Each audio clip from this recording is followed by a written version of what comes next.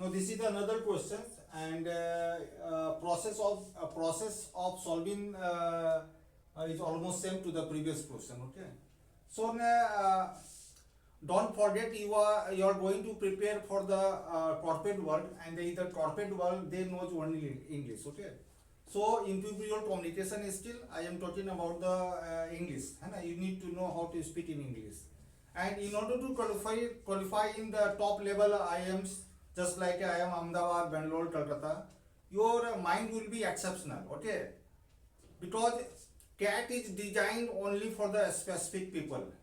It does not mean this question will come in only in the CAT examination. This question will come in the CSET as well as IP MAT and other graduate level examination. Okay, ठीक है. Questions क्या बोल रहा है? How many factor of n divisible by 50 but not by 100? अब एक चीज हमको आपको समझाते हैं. 50 से कटने के लिए 5 जो है 2 बार होना चाहिए. 2 कितने बार होना चाहिए? 1 बार होना चाहिए कम से कम, है ना. 5 2 बार होना चाहिए. 2 कितने बार होना चाहिए? 1 बार होना चाहिए. लेकिन यदि 100 से कटने के लिए 100 से 5 2 बार होना चाहिए और 2 जो है 5 कम से कम 2 बार होना चाहिए और 2 भी कम से कम 2 बार होना चाहिए. इसका मतलब ये हो गया. क्वेश्चन में क्या बोल रहा है?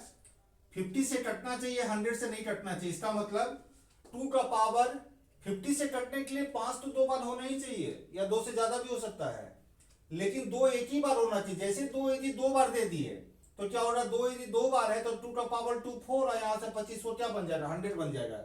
इसका मतलब 2 का पावर जो है 1 से ज्यादा रेज हम लोग नहीं करेंगे. क्यों नहीं करेंगे? क्योंकि जैसे हम 2 का पावर यदि 1 से ज्यादा रेज करते हैं वो क्या बन जाएगा? 100 बन जाएगा. तो वो नंबर ये जो है, ये नंबर ये 50 से भी कटेगा और 100 से कटेगा. क्वेश्चन में क्या बोल रहा है कि divided by 50 but not by 100. ठीक है ना. तो यहां पर फिर लिखते हैं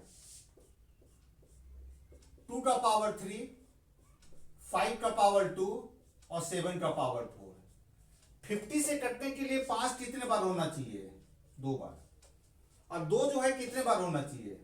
कम से कम 1 बार, है ना. 7 के बारे में कुछ नहीं बोल रहा है. 7 हो भी सकता है और नहीं भी हो सकता है. ठीक है ना. बाद में हम आपको समझाएंगे. ठीक है ना. अब एक चीज देख लीजिए, यहां पर यहाँ 5 का पावर 2 है और यहाँ भी 5 का पावर 2 है. तो 5 का पावर 2 से 5 का पावर 2 जाना है. कितना टर्म होगा? एक ही टर्म होगा. ठीक है ना. यहां पर क्या होगा? 2 का पावर 1 होगा या 2 का पावर 1 से ज्यादा रेस करेंगे. जैसे 2 का पावर 1 से ज्यादा रेस किए, 2 का पावर 2, तो 2 का पावर 2 और यहाँ पर 5 का पावर 2 है. ये सब इंटू में है ना. तो 2 का पावर 2 और 5 का पावर 2 वो बन किया जाएगा 100. तो वो नंबर 100 से कटने लगेगा. इसका मतलब कि 2 का पावर 1 से हम लोग 1 ही तक रखेंगे. तो 2 का पावर 1 से 1 कितना टर्म? 1 टर्म. ठीक है. 7 के बारे में नहीं कुछ बोल रहा है. ठीक है ना. तो 7 कितने बार होगा? या तो 7 का पावर 0 होगा या तो 7 का पावर 1 होगा. और मैक्सिमम कहां तक जाएंगे? 7 का पावर 4 तक जाएंगे. तो कितना टर्म हो गया? 5 हो गया. ठीक है ना. तो टोटल कितना आया? टोटल कितना आया? 5, है ना. इसका मतलब कि इस नंबर का 5 ऐसा डिवाइजर है जो 50 से डिवाइड हो जाएगा but is not multiple by 100. ठीक है.